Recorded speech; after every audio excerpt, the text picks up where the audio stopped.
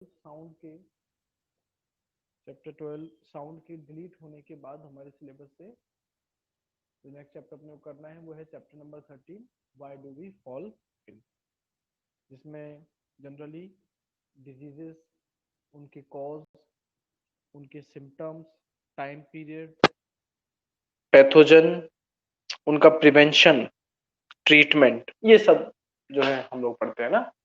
तो चलिए स्टार्ट करते हैं। आपका जो भी डाउट है chapter number 13 why do we fall, चलिए बच्चों कमेंट करना शुरू कीजिए।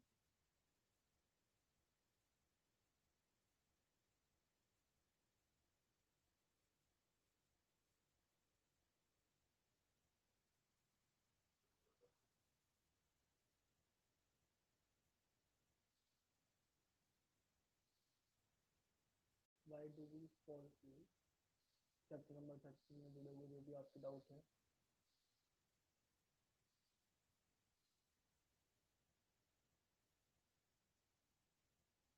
चैप्टर की जो स्टार्टिंग है वो हेल्थ की डेफिनेशन से होती है। हेल्थ जिसे हम लोग बीइंग वेल भी हम लोग एक तरीके से कह सकते हैं, पर जो बीइंग वेल है किन किन फैक्टर से जुड़ा हुआ है। तो हेल्थ की डेफिनेशन मैंने आप लोगों को लिखवाई भी थी कि हेल्थ एक्चुअल में किसी भी इंडिविजुअल की वेल बीइंग की स्टेट है, फिजिकली, मेंटली, सोशली और इमोशनली। तो अगर कोई इंसान फिजिकली अपने मतलब उसके सारे बॉडी ऑर्गन जो हैं वो प्रॉपरली वर्क कर रहे हैं, ठीक है, मेंटली उसका ब्रेन प्रॉपर वर्क कर रहा है, सोशली जिस सोसाइटी में वो रहता है वो सोसाइटी हाइजेनिक है, डिजीज फ्री है ना, एनवायरनमेंट जो है वो अच्छा है, और इमोशनली जो भी हार्मोनल लेवल्स उसके अंदर हैं वो कंट्रोल में है। अगर किसी इंसान में ये सारे फैक्टर्स जो है सही तौर पर एकदम करेक्ट मैनर में है तो वो इंसान हेल्दी कहलाएगा। और अगर इनमें से कोई एक भी फैक्टर के अंदर वो फिट नहीं है, चाहे फिजिकली, मेंटली, सोशली, इमोशनली, कोई भी कम से कम एक फैक्टर, तो इसी कंडीशन को हम लोग जो है डिजीज नाम देते हैं। तो सबसे पहली चीज तो अपने को इसमें हेल्थ और डिजीज, डिजीज जिसको दूसरे शब्दों में हम लोग अनकंफर्टेबिलिटी भी कह सकते हैं एक तरीके से।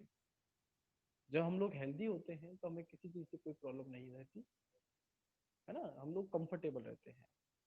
पर अगर वी आर नॉट हेल्दी तो उस केस में हमेशा एक अनईजीनेस या अनकंफर्टेबल, हम लोग जो है एक अनकंफर्टेबल सिचुएशन में ही रहेंगे। हेल्थ का मतलब किसी पर्सन के लिए अलग अलग हो सकता है, जैसे कि एग्जांपल हमने तब भी डिस्कस किया था जब चैप्टर को किया था, जैसे कि एक डांसर है, डांसर के लिए गुड हेल्थ का मतलब, अब जैसे हम लोग नॉर्मल इंसान है, हम लोगों के लिए अच्छी हेल्थ का मतलब है कि कोई बीमारी नहीं है, अच्छे खासे चल फिर रहे हैं, अपना काम वाम कर रहे हैं। पर डांसर के लिए अच्छी हेल्थ का मतलब है कि उसकी बॉडी जो है ना वो स्ट्रेच हो, अच्छे से फ्लेक्सिबल हो, मूव कर सके प्रॉपरली।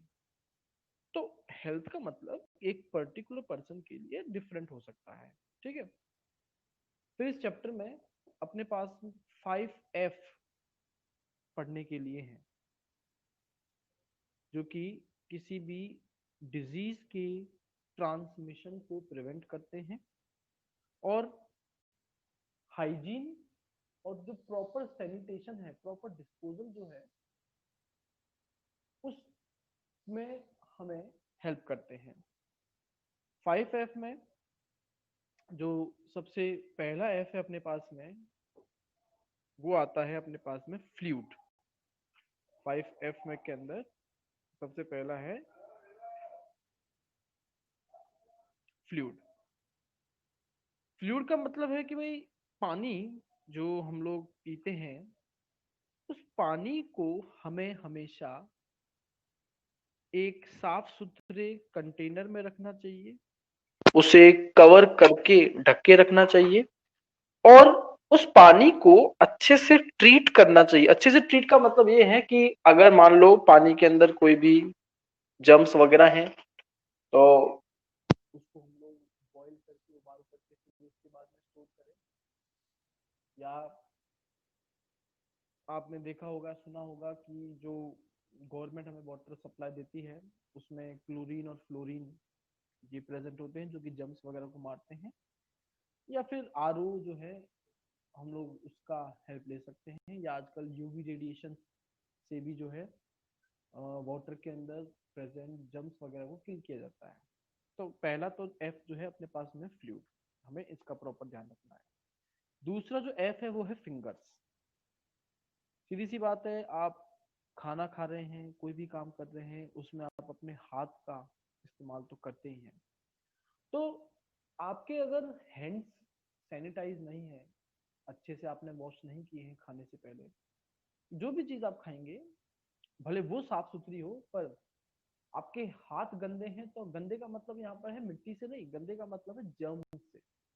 आज जैसे हालात है, कोविड-19 है, आप देखेंगे कि आप लोग भी या फिर आपके घर वाले जो बाहर से आते हैं वो अपने हाथों को अच्छे से सैनिटाइज करते हैं, बहुत अच्छे से साबुन से हाथ धोते हैं। वो इसीलिए क्योंकि ये कॉमन मेथड है हाथों के थ्रू, सबसे कॉमन है, क्योंकि आप किसी चीज को टच करेंगे हाथ से, मतलब आप जहाँ रहेंगे उसमें वहां अपने हाथों का इस्तेमाल तो करेंगे।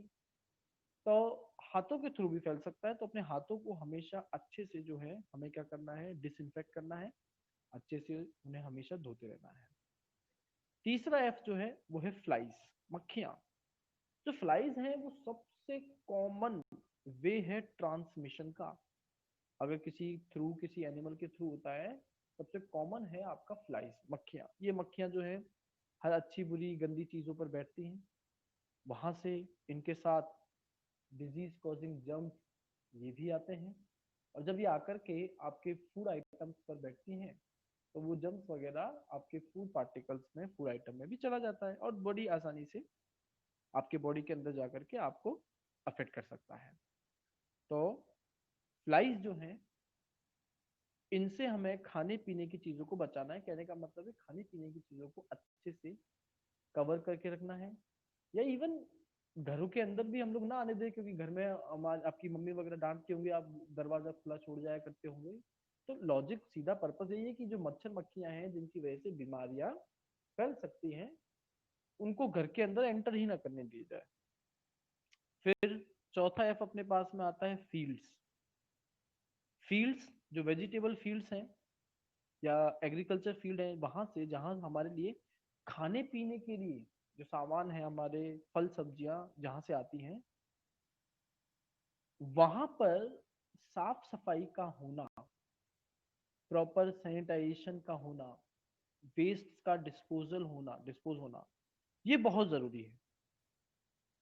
और अब हम तो देख सकते नहीं कि भाई कौन किसान किस तरीके से खेती कर रहा है, क्या अच्छा क्या बुरा इस्तेमाल में ले रहा है। तो हम लोग अपने ऊपर अप्लाई कर सकते हैं कि जब भी वेजिटेबल्स या फ्रूट्स हम लोग बाहर से लेकर के आए तो उन्हें बहुत अच्छे से धोया जाए, कुछ टाइम के लिए पानी में रखा जाए या फिर जो गर्म पानी है उसमें रखा जाए, ताकि उस उनके ऊपर प्रेजेंट सारे जो जर्म्स वगैरह है वो मर जाए। और पांचवा जो एफ है वो है अपने पास में फ्लड। फ्लड का मतलब यहाँ पर है प्रॉपर ड्रेनेज सिस्टम। आपने देखा होगा जो सीवेज लाइन होती है कभी कभी वो ब्लॉक हो जाती है, पानी इकट्ठा होने लगता है, गंदा पानी, और वो पानी फिर सीवर लाइन से जो है रोड वगैरह पर आने लगता है, जिससे गंदगी बदबू तो फैलती ही है, पर उसमें बहुत सारे डिजीज कॉजिंग पैथोजेंस भी होते हैं। तो अगर एक प्रॉपर ड्रेनेज सिस्टम नहीं है तो ये जो वेस्ट है जो कि बहुत ज्यादा हार्मफुल हो सकता है, ये वेस्ट हमें डायरेक्टली और इनडायरेक्टली अफेक्ट करना शुरू कर देगा। और दूसरा, इस वेस्ट को हम लोग एक तरीके से यूजफुल बना सकते हैं वाटर ट्रीटमेंट प्लांट्स के अंदर, जहाँ पर ये जो सीवेज वाटर है इसको कलेक्ट किया जाता है, इसको अलग अलग चैम्बर्स टैंक्स में एक के बाद एक पास किया जाता है। एक टैंकर जो है वो फिल्ट्रेशन का काम करता है, सॉलिड वेस्ट जो है उसे अलग करता है, दूसरे टैंक के अंदर जो छोटे मोटे वेस्ट बच जाते हैं, पत्थर मिट्टी के पार्टिकल्स, उनको रख करके सेडिमेंट किया जाता है, मतलब नीचे वो जम जाते हैं। ऊपर से पानी को फिर अलग करके दूसरे टैंक में डालते हैं, जहां हम लोग उसमें एजेंट्स, केमिकल्स डाल सकते हैं जो कि डिजीज कॉजिंग माइक्रो ऑर्गेनिज्म को मार दें। फिर इसके बाद ये जो पानी है इसको पीने के लिए तो यूज में नहीं लेते, पर इसका हम लोग इस्तेमाल जो है इरिगेशन पर्पस के लिए कर सकते हैं, है ना।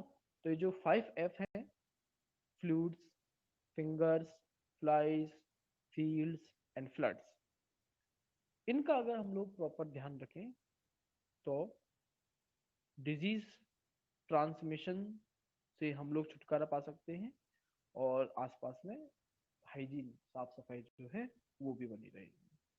ठीक है, तो इसके अंदर ये 5F आते हैं। फिर नेक्स्ट चैप्टर में अगर हम लोग आगे बढ़ते हैं तो हमारे पास में आता है डिजीज। जैसा कि मैंने बताया भाई, डिजीज क्या है? अगर हेल्थ फिजिकली, मेंटली, सोशली और इमोशनली वेलबींग की कंडीशन है, तो डिजीज इसका जस्ट अपोजिट है, जिसमें एक पर्सन फिजिकली, मेंटली, सोशली और इमोशनली या इनमें से किसी एक में वेलबींग नहीं होता।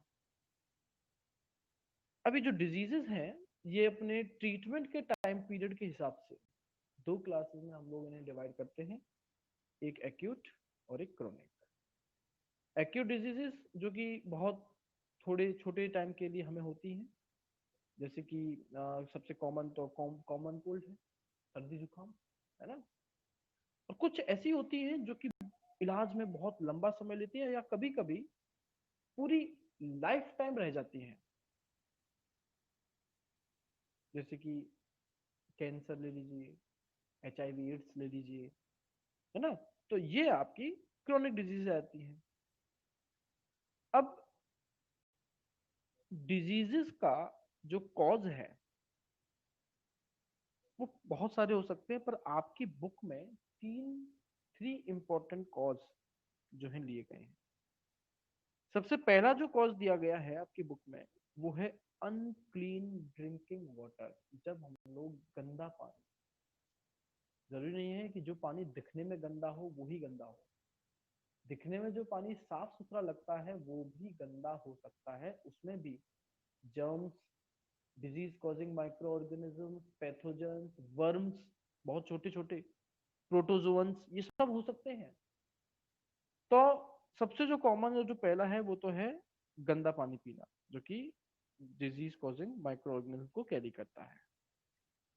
दूसरा जो कारण है वो हो सकता है लैक ऑफ गुड नरिशमेंट, कि जो स्पेशली बिलो पॉवर्टी लाइन जो लोग हैं, गरीब लोग जो हैं, जिनको 2 टाइम का खाना भी नहीं मिल पाता, उनकी बॉडी के अंदर डिजीजेस से फाइट करने के लिए जो इम्यून सिस्टम, जो न्यूट्रिएंट, जो नरिशमेंट होना चाहिए, वो उन्हें मिल ही नहीं पाएगा। तो सीधी सी बात है, उनकी जो बॉडी है वो कमजोर साबित होगी डिजीज के सामने, और बड़ी आसानी से अफेक्ट भी हो जाएगी, उन्हें डिजीज भी हो जाएंगी। तो जो माल न्यूट्रिशन है, चाहे प्रोटीन माल न्यूट्रिशन, मिनरल माल न्यूट्रिशन हो, है ना, विटामिन माल न्यूट्रिशन हो, आपके डाइट में प्रोटीन्स, विटामिन, इन सब की कमी जब रह जाती है, तो उस केस में भी डिजीज बड़ी इजीली हो सकती है। और तीसरा जो कारण दिया गया है वो दिया गया है poverty and lack of public services. जो गवर्नमेंट पब्लिक के लिए, सिटीजन्स के लिए प्रोग्राम या सर्विसेज ऑफर करती है हेल्थ से जुड़ी हुई, वो सर्विसेज बहुत ज्यादातर ऐसा ही होता है कि लोग बागों तक पहुंच ही नहीं पाती। जैसे कि अभी जैसे मैंने बताया था कि अगर आपका जो सीवेज या सीवर लाइन जो है वो ब्लॉक हो जाए, पर अब ये गवर्नमेंट जो है उसका रिस्पॉन्सिबिलिटी है उस सीवर लाइन का प्रॉपर मेंटेनेंस रखना, क्योंकि हम लोग टैक्स वगैरह देते हैं, उसी टैक्स से हमें फैसिलिटीज, सर्विसेज मिलती हैं। तो गवर्नमेंट कभी कभी होता है कि जो है ध्यान नहीं देती, या फिर जो भी कारण है उनकी वजह से इग्नोर हो जाते हैं ये काम, और प्रॉपर मेंटेनेंस नहीं हो पाता, और उसकी वजह से बीमारियां फैलती हैं। जो वैक्सीनेशन दिया जाता है, वो वैक्सीनेशन प्रॉपरली पहुंच नहीं पाता ये, और कभी कभी करप्शन की वजह से नहीं पहुंच पाता। जैसे कि गवर्नमेंट हॉस्पिटल से बहुत बार ऐसा होता है कि आप वैक्सीन के लिए जाते हैं, जो सस्ती वाली वैक्सीन हैं वो तो दे दी जाती हैं फ्री ऑफ कॉस्ट, और जो महंगी वैक्सीन हैं उनके पास होते हुए भी वो नहीं लगाते, क्योंकि वो उन वैक्सीन को जो है प्राइवेट डॉक्टर्स, प्राइवेट क्लिनिक्स जो हैं उनको बेच देते हैं, और प्राइवेट वाले उन्हें और ज्यादा दाम पर आगे सप्लाई करते हैं। तो इस तरीके से जो है किसी भी कारणवश फैसिलिटी पब्लिक तक नहीं पहुंच पाती। तो ये जो है आपकी बुक में तीसरा इसका कारण बताया गया है। फिर उसके बाद में हमारे पास में कॉज ऑफ डिजीज या टाइप ऑफ डिजीज, जो कि on the basis of mode of infection, कि भाई कैसे फैल रही है। तो ये दो दे रखी हैं, infectious and non infectious. Infectious को आप कम्युनिकेबल डिजीज भी कह सकते हैं, जो कि एक इन्फेक्टेड पर्सन से दूसरे हेल्दी पर्सन तक बहुत आसानी से स्प्रेड हो सकती है, फैल सकती है, चाहे वाया एयर हो, वाटर हो, या फिर फिजिकल कांटेक्ट हो उससे। और जो नहीं ऐसे फैल सकती, उसे हम लोग नॉन इन्फेक्शियस डिजीज कहते हैं। जैसे कि कैंसर, आपके साथ में रहने वाले किसी को कैंसर हो तो आपको वो कैंसर उससे नहीं हो सकता है ना। कैंसर जो होता है वो आपके अंदरूनी सेल्स की एबनॉर्मलिटीज की वजह से होता है। या blood pressure, high blood pressure, low blood pressure किसी को थोड़ी ना छूने से या खाने पीने से फैल सकता है। ये तो आपके पर्टिकुलर हार्ट, ब्रेन और बाकी के जो ऑर्गन्स हैं उनके उनके वजह से होता है, या आपकी डाइट की वजह से होता है ना। फिर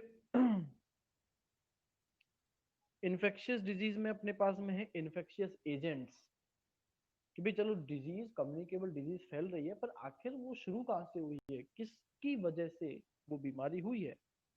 तो ये एजेंट्स आपके पास में वायरस हो सकता है, बैक्टीरिया हो सकता है, फंगाई हो सकता है, या यूनिसेल्युलर ऑर्गन्स, जिन्हें आप प्रोटोजोन्स कह सकते हैं।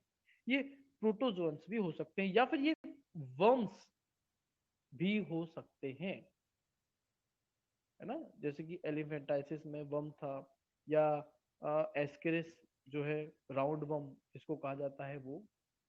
कुछ एग्जांपल्स, जैसे कि अगर हम लोग बात करें वायरस के थ्रू होने वाले डिजीजेस की, तो common cold, influenza, dengue fever, AIDS, HIV ads.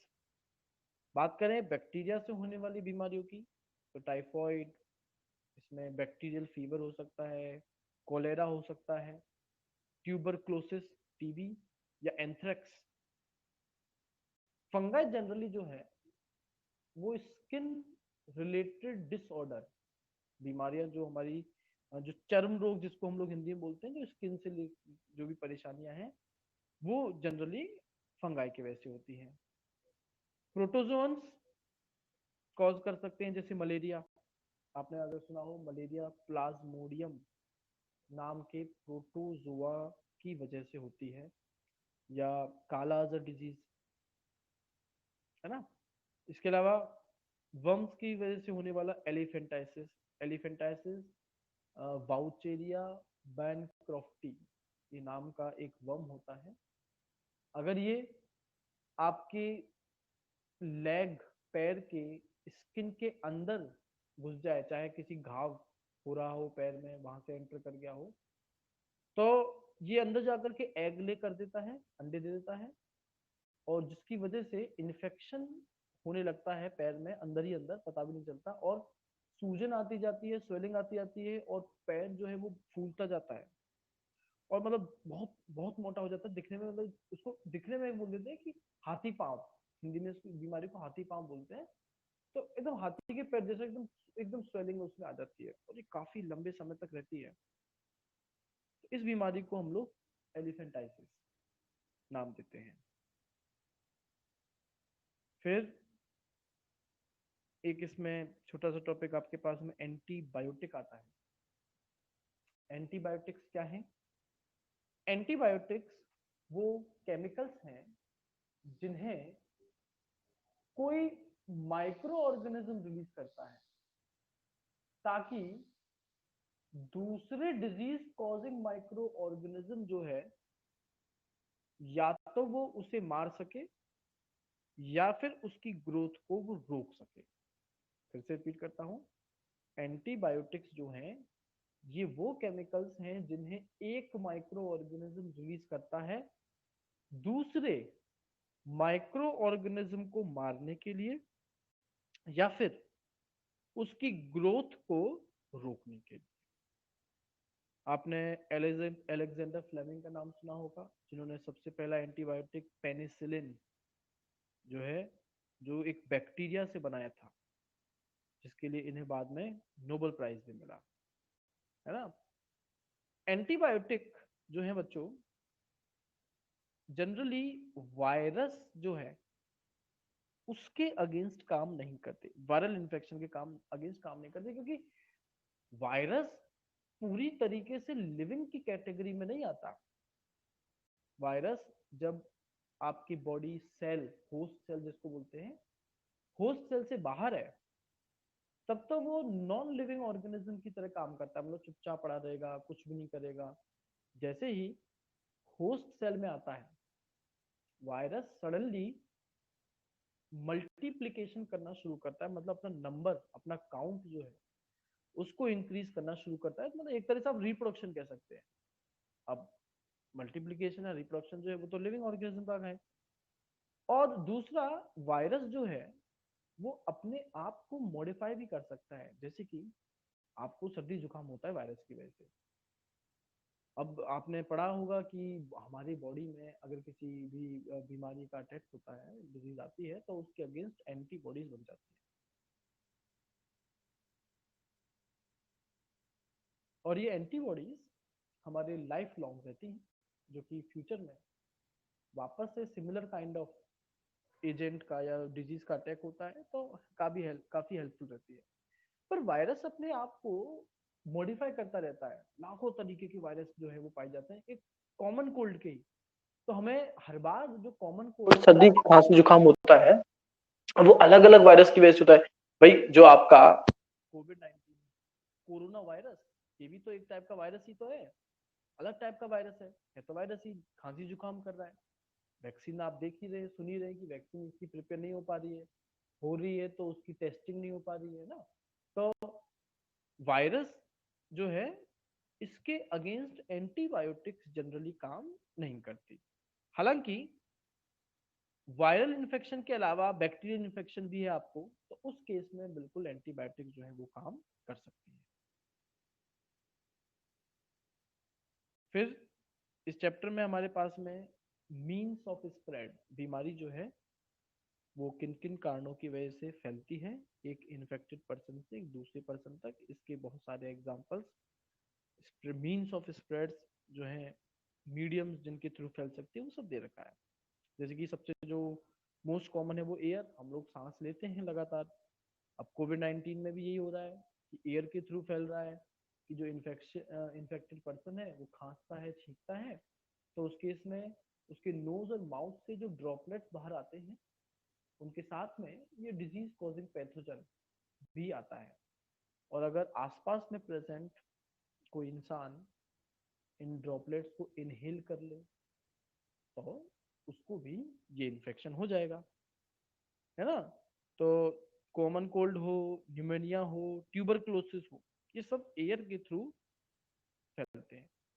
इसके अलावा पानी, जनरली एनिमल्स या ह्यूमन बीइंग्स का जो एक्सक्रीटा है, जो वेस्ट है ह्यूमन बॉडी से निकलने वाला, वो कहीं ना कहीं लास्ट में अल्टीमेटली वाटर बॉडीज में ही डिस्पोज होता है। और ये पानी घुमा फिरा करके वापस हम तक ही आता है, हम लोग ही पीते हैं। तो इसकी वजह से, ड्रिंकिंग वाटर की वजह से बहुत सारी परेशानियां, डिजीजेस स्प्रेड हो सकती हैं, जैसे कि कॉलेरा, है ना, डायरिया, ये सब।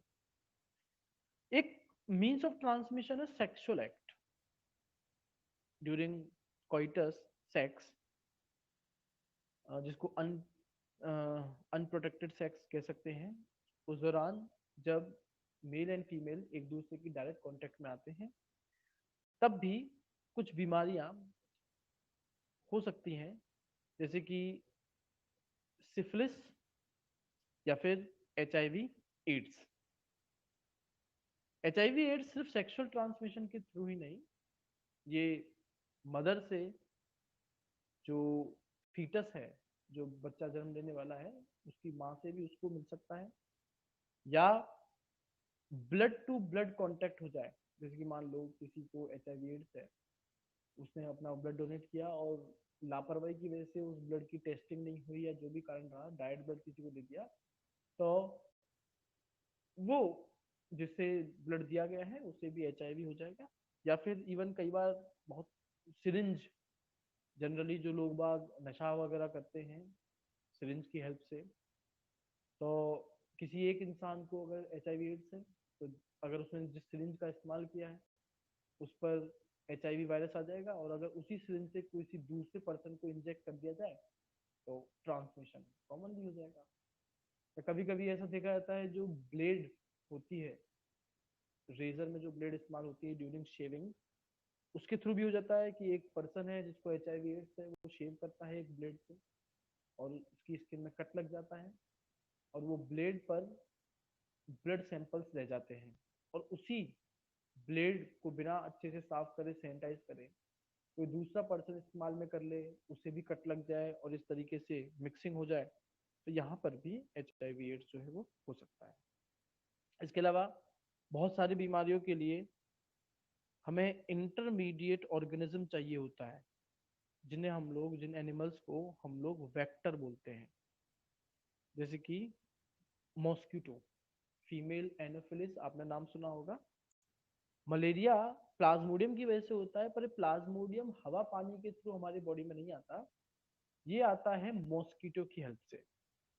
किसी इन्फेक्टेड पर्सन में प्लाज्मोडियम के लार्वा थे, प्लाज्मोडियम के या एग भी हो सकते हैं सेल्स, तो मॉस्किटो ने सक कर लेता है, तो जब आकर के अपने आप को इंजेक्ट करता है, तो किसी हेल्दी पर्सन में उसको ट्रांसफर करके उसको भी वो आगे अफेक्ट कर सकता है।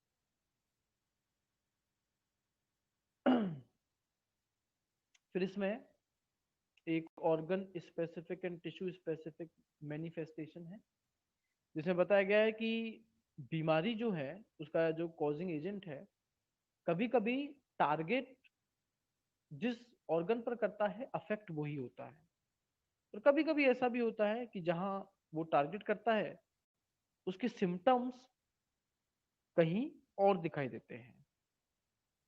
जैसे कि अगर सबसे पहले वाले केस का लें, तो जो कि है, जैसे कि TB बैक्टीरिया की वजह से होती है, तो ये TB जो है एयर के थ्रू आपकी बॉडी में एंटर करता है, एयर के थ्रू जाता है, तो ये कहाँ जाता है, लंग्स के अंदर जाता है, तो आपके लंग्स को अफेक्ट करता है ना। इसी तरीके से टाइफाइड, आप पानी पीते हैं, आपके स्टमक में, लिवर में यहाँ तक पहुंचता है, तो ये उन्हें अफेक्ट करता है ना। पर जैसे कि HIV एड्स, इसका मेथड ऑफ ट्रांसमिशन कुछ भी रहा हो, चाहे सेक्सुअल कांटेक्ट की वजह से आया हो या आपके ब्लड ट्रांसफ्यूजन की वजह से आया हो, ये अटैक करता है आपके इम्यून सिस्टम पर, है ना। ये अटैक करता है इम्यून सिस्टम पर और हमारे इम्यून सिस्टम को जीरो कर देता है, एकदम खत्म कर देता है। तो इस कंडीशन में दूसरी जो बीमारियां हैं वो बड़ी आसानी से हो जाती हैं और हमारा पीछा नहीं छोड़ती। तो एक्चुअल में देखा जाए तो इंसान HIV की वजह से न मर के, इम्यून सिस्टम वीक हो जाने की वजह से जो दूसरी बीमारियां हो जाती हैं उनकी वजह से वो मरता है। तो कभी कभी जैसा मैंने बताया, जिस मीडियम के थ्रू आया है टारगेट साइट भी वही होगी, पर कभी कभी हो सकता है टारगेट साइट आपकी अलग हो और मीडियम जो है ट्रांसफ्यूजन का वो अलग हो। फिर इसमें हमारे पास में एक तो प्रिंसिपल्स ऑफ ट्रीटमेंट है, और एक प्रिंसिपल्स ऑफ प्रिवेंशन है।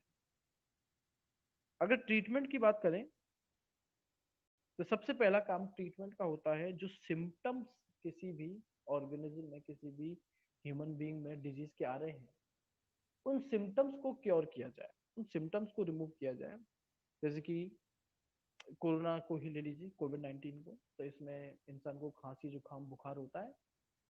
तो सबसे पहला काम कोरोना को मारने का नहीं है, ये जो खांसी जुकाम बुखार हुआ है इसको रिड्यूस करने के लिए दवाई वगैरह जो है वो दी जाती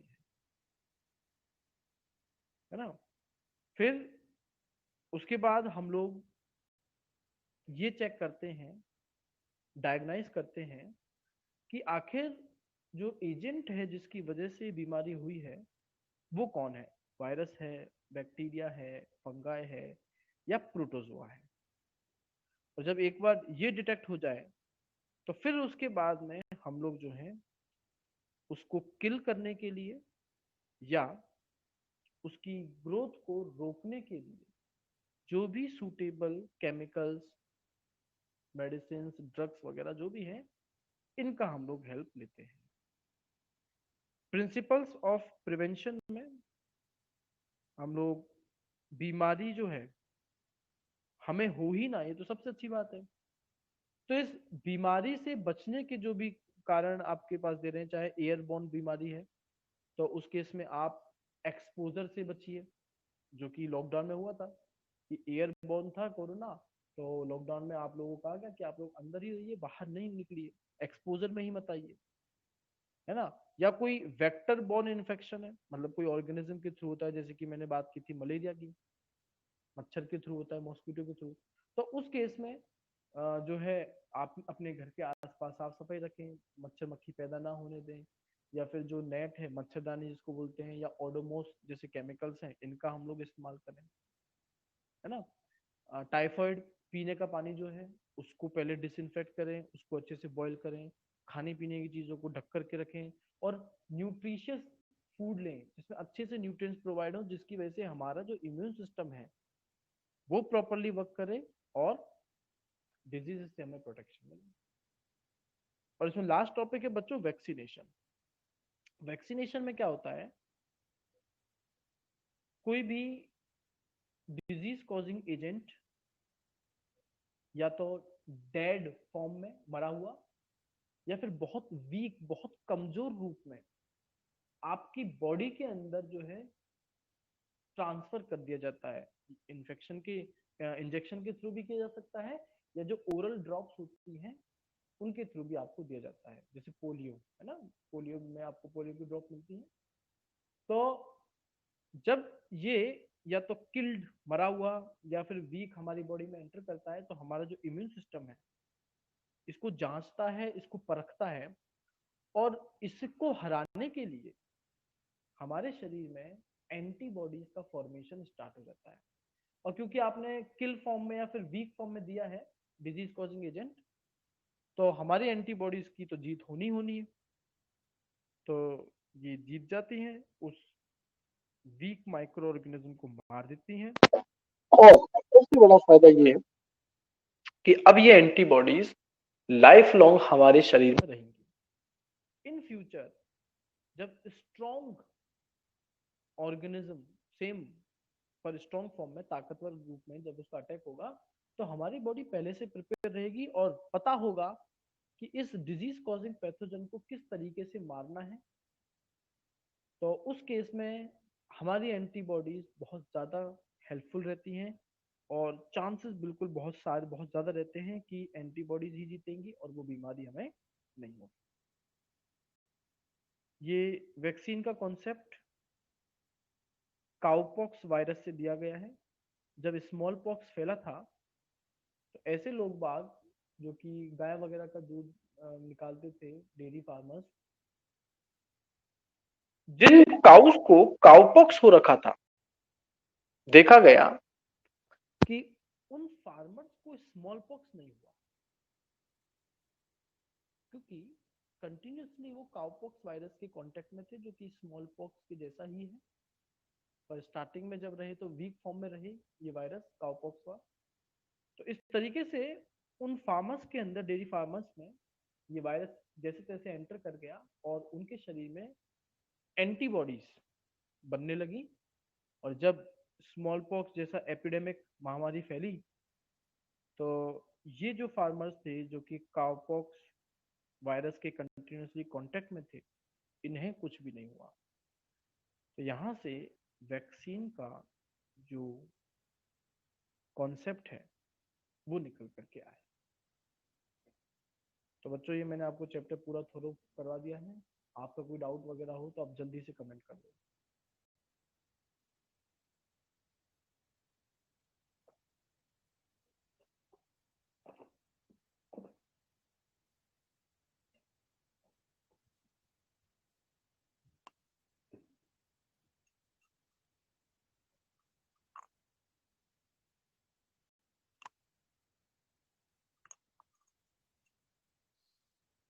है क्या बच्चों कोई डाउट?